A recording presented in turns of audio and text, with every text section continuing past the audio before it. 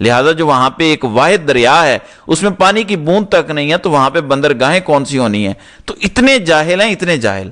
اب بھارت کے میڈیا اور بھارت کی جانب سے ایک ویڈیو بھی جاری کی گئی ہے جس میں پہاڑوں پر لوگ کھڑے ہیں اور جنازہ پڑھایا جا رہا ہے، اور وہ کہہ رہے ہیں کہ دیکھو پاکستان کا بڑا بھاری نقصان ہوا، اور پاکستان کے شہر سیالکوٹ کے اندر یہ جو آتنکی مارے گئے ہیں ان کے جنازے پڑھے جا رہے ہیں۔ اب اتنی جہالت ہے، سیالکوٹ کے اندر کہاں سے پہاڑ آ گئے؟ سیالکوٹ تو میدانی ایریا ہے، وہاں تو پہاڑ دور سے بھی نظر نہیں آتا، صاف موسم کے اندر بھی وہاں پہ پہاڑ نظر نہیں آتے، تو آپ اندازہ کریں جہالت کا۔ تو اس وقت بھارت ٹوٹل پروپوگینڈے پہ جی رہا ہے۔ اچھا، پھر خان کے حوالے سے جو خبر ہے، ایک تو کل میں نے آپ کو بتایا تھا، ظاہر ہے جنگ کا ماحول بنا ہوا ہے، تو اس میں پی ٹی آئی یا عمران خان کے حوالے سے یا دیگر ملکی حالات کے حوالے سے خبریں سامنے نہیں آ سکیں۔ کل آپ کو بتایا تھا کہ علیمہ خان نے عمران خان کا حکم پہنچایا ہے قوم تک بھی اور جنید اکبر تک بھی کہ آپ چیئرمین پبلک اکاؤنٹس کمیٹی والا عہدہ چھوڑ دیں اور فل فلیج آپ تحریک چلانے پر فوکس کریں۔ اس کے بعد کیونکہ پی ٹی آئی کا ظاہرہ بڑا کردار رہا اس جنگ کے اندر، انہوں نے ثابت کیا کہ وہ محب وطن ہے، سوشل میڈیا نے بھی ثابت کیا، اور وہ لوگ جن کے پیچھے سارا سرمایہ لگا ہوا تھا وہ ریلو کٹے، وہ تو بولے تک نہیں۔ لہٰذا اب عمران ریاض ایک دعویٰ کرتے ہیں، کہتے ہیں کہ اسٹیبلشمنٹ میں بطور ادارہ یہ سوچ پیدا ہو گئی ہے، اور ہم سے ادارے کے لوگ ذکر بھی کر رہے ہیں کہ جس نواز شریف، شہباز شریف اور مریم کے لیے ہم نے سب کچھ داؤ پر لگایا، اپنی مقبولیت، اپنا عوام سے پیار اور عوام کا سب سے پاپولر مینڈیٹ تک بدل دیا، انہوں نے انڈیا کے خلاف، مودی کے خلاف ایک بیان تک نہیں دیا، ہم نے بیڑا غرق کروا دیا، ہم روز گالیاں کھاتے ہیں۔ یہ تو بھلا ہو انڈیا کا، مودی جارحیت نہ کرتا تو آج بھی وہی حالات ہوتے، اسٹیبلشمنٹ کو گالیاں پڑ رہی ہوتی، یہ حقیقت ہے۔ وہ تو بھلا ہو مودی کا کہ قوم ایک دفعہ پھر سے یکجا ہو گئی اور فوج کے ترجمانوں کو بھی کہنا پڑ گیا کہ یہ ڈیجیٹل دہشت گرد نہیں ہے، ہم غلطی پر تھے، یہ تو فرنٹ لائن سولجر ہیں، یہ تو پاکستان کی محب وطن جوان ہیں۔ تو عمران ریاض کہتے ہیں کہ مختلف ذرائع ان کو یہ بتا رہے ہیں کہ وہاں پہ احساس پیدا ہوا ہے۔ اب دیکھیں گے، یہ تو فیصلوں سے پتہ چلے گا، لیکن ایک دو فیصلے جو آئے ہیں وہ کافی تو نہیں ہیں، لیکن جو فیصلے آئے ہیں وہ اچھے ہیں، تگڑے فیصلے ہیں۔ ایک تو اسلام آباد ہائی کورٹ نے علیمہ خان کا نام ای سی ایل سے نکالنے کا حکم دے دیا ہے، اور کس جج نے حکم دیا ہے؟ جسٹس خادم حسین سومرو نے۔ اب خادم حسین سومرو اسٹیبلشمنٹ کا پکا بندہ ہے جو لایا گیا۔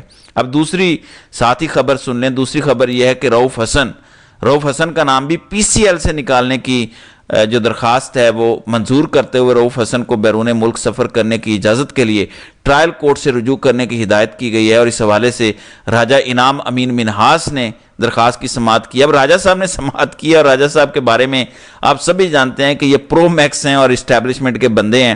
اگر وہ بھی نام نکال رہے ہیں اور حکم دے رہے ہیں تو وہ جس نے احمد نورانی کے بھائیوں والی درخواست 2 ہفتے تک کبھی لگائی نہیں، تو لگتا ہے کہ رویہ تبدیل ہو رہا ہے، لیکن یہ چھوٹے موٹے فیصلوں سے رویہ تبدیل نہیں ہوگا۔ قوم کا مینڈیٹ آپ نے چوری کیا ہے، اور جو ملک کے اندر آئین کی دھجیاں اڑائی ہیں، غیر قانونی طور پر 26ویں آئینی ترمیم لائے ہیں، اب اس اعتماد کو بحال کرنے کی ضرورت ہے، اور قوم کا لیڈر ظاہر ہے جو قیدی نمبر 804 عمران خان ہے، جب تک ان کی رہائی نہیں ہوتی لوگوں کے زخموں کو مرہم نہیں لگے گا۔ دیکھیں نا، لوگ اپنے زخموں سے چور ہیں، جوتے کھائے ہیں لوگوں نے اسٹیبلشمنٹ سے، جوتے تو میں نے بڑا مناسب لفظ استعمال کیا، لوگوں نے گولیاں کھائی ہیں، جیلوں کے اندر لوگ گئے ہیں، پھر بھی وہ فوج کے ساتھ کھڑے ہوئے ہیں اس مشکل وقت میں۔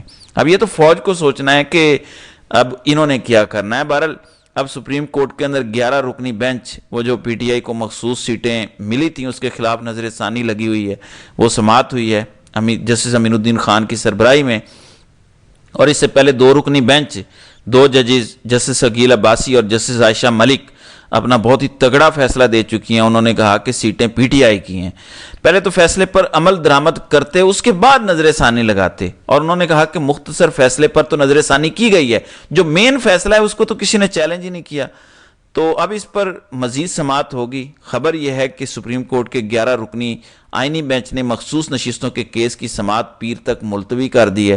سنی اتحاد کونسل کے وکیل فیصل صدیقی نے مخصوص نشستوں کی نظر ثانی کے کیس میں سپریم کورٹ کے آئینی بینچ کی تشکیل پر اعتراض کی باقاعدہ درخواست دائر کرنے کے لیے وقت مانگ لیا۔ انہوں نے کہا کہ آپ جو درخواست کر رہے ہیں، آتھر جج تو موجود نہیں ہیں۔ اب اس سلسلے میں انہوں نے وقت مانگا ہے۔ بہرحال اس پر جس محمد علی مظہر نے کہا کہ اگر کل کا وقت دے دیں تو آپ جواب جمع کروا دیں گے، جس پر فیصل صدیقی نے کہا کہ 2 دن کا وقت دے دیں۔ پھر مسرت ہلالی نے کہا کہ آپ کو تو ویسے 1 گھنٹہ کا وقت ہی کافی ہے، اس پر فیصل صدیقی نے کہا کہ میری درخواست ہے 2 دن کا وقت دے دیں تاکہ میں تمام تیاری کے ساتھ درخواست جمع کروا سکوں۔ تو اب پیر تک کا وقت اس سلسلے میں دے دیا گیا ہے۔ پھر امریکی صدر ڈونلڈ ٹرمپ اس وقت ریاض پہنچ چکے ہیں، سعودی عرب پہنچ چکے ہیں۔ یہ ان کا پہلا دورہ ہے سعودی عرب کا یا کسی بھی ملک کا۔ انہوں نے اس روایت کو توڑا ہے، پہلے انگلینڈ کا پہلا دورہ کیا جاتا تھا امریکہ کی جانب سے، اب وہ سعودی عرب پہنچے ہیں، سعودی ولی عہد محمد بن سلمان سے جو ہے وہ ملاقات کریں گے، اور یہ دورہ بڑا اہم ہے اس خطے کے لیے، غزہ کے لیے، فلسطین کے لیے۔ انشاءاللہ اگلے ویلاگ میں ہم اس دورے کے حوالے سے اور ڈونلڈ ٹرمپ کے حوالے سے جو اپڈیٹس آ چکی ہوں گی اس پر بات کریں گے۔ تو ناظرین کرام، آپ کی اس ویڈیو کے حوالے سے کیا رائے ہے؟ آپ اپنی رائے کا اظہار کامنٹ سیکشن میں ضرور کیجیے گا۔